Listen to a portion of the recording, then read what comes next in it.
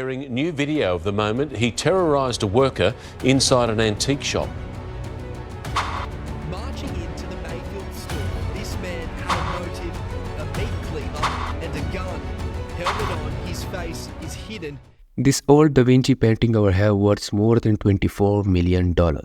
Just not because it's old, but it's antique. It holds stories of the past. Look at it, you can almost hear tales of forgotten kings and queens, hidden romances and secret adventures. People all over the world want to own it, not just for its high price, but because it's antique. It's like a window to the past, connecting us to history. What is antique and what makes this item so valuable? Well, the answer isn't as clear-cut, because each antique item is valuable for its own special reasons and there are stories behind it. Mona Lisa, the crown jewels of United Kingdom, the hidden art in book bindings, Faber eggs, these lamps, they all have different stories. Mona Lisa. It worth more than $24 million. Painted by this genius artist Leonardo da Vinci. The interesting thing is that there is a cool tale about how he made the painting. It's super old by the way, which adds to the story, and people love it. People just love it. It's not just because it's look nice, but also because there is a bit of mystery in its story. That's why it's worth a ton and has a fancy status. The crown jewel of the United Kingdom are like super fancy collection of shiny stuff like gems, crowns and important things which is used by kings and queens, and they have been a part of big royal parties and ceremonies for like forever. These things are not just old, they are like priceless and super important because they are connected to British monarchy and have a massive history behind them. That's why it's so valuable. While Faber eggs created by the House of Faber in Russia and this Tiffany lampstand glass lamps created by Louis Comfort Tiffany are famous and valuable due to its beauty. Beauty. Yes, I know what's going in your mind. These old pieces of metal and lamps are not beautiful at all, bro. Let me tell you something. The philosophy of beauty is too complicated. Different people have different ideas about what is beauty and what actually beautiful. And these ideas can be shaped by culture, media, geography and personal experiences. You have to know how to sell antique and earn money, not to listen to this bullshit philosophy of beauty. So now we will learn how to sell antique items and how you can start your own antique business. I split the antique trade into 3 separate components. Number 1. Learn and explore. Number 2. Search and gather antique items. And number 3. Start your business. So firstly, you have to explore and learn the world of antiques. You have to become the Sherlock Holmes of antiques and then master the art of antiques and then play by some rules. Okay.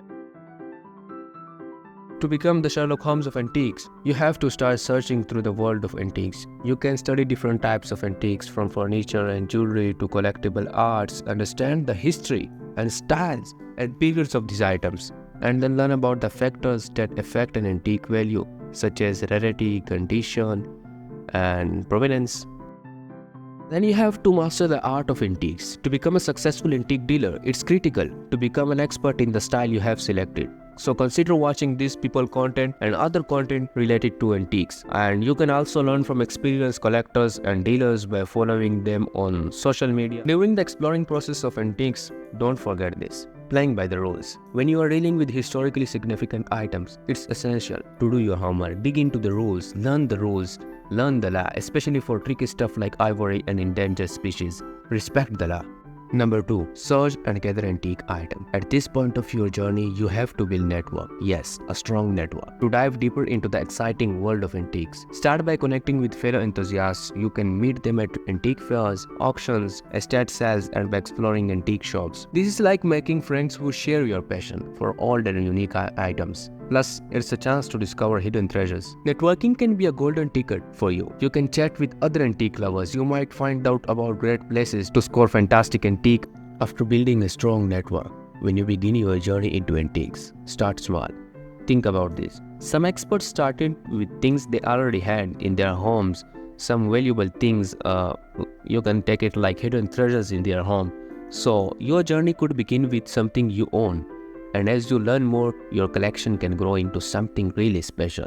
And don't forget to document and authenticate. When collecting antique, keep notes on their history and condition. For valuable items, confirm authenticity with expert books. Networking isn't a one-time event, it's an ongoing process. Invest time in maintaining and expanding your circle. And finally, number 3, start your business. Set up a shop. Decide on the format of your antique business. Will you operate from a physical store or an online shop? or both. Next, make a cool and easy to use place to show off your antique. And if you choose a real store, find a spot that is easy for your customer to get. It's all about making your antiques right. Yeah, haha. Here is the real part, marketing and promotion. To get your antique business out there, here is the plan.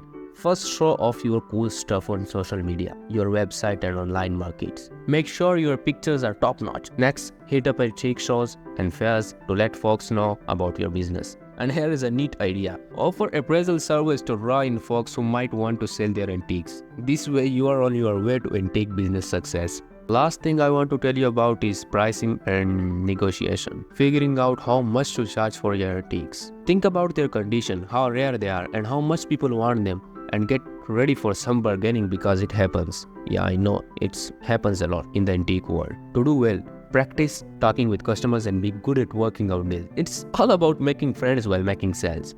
And the last, I think that's enough. Okay, now move your ass and do some business, but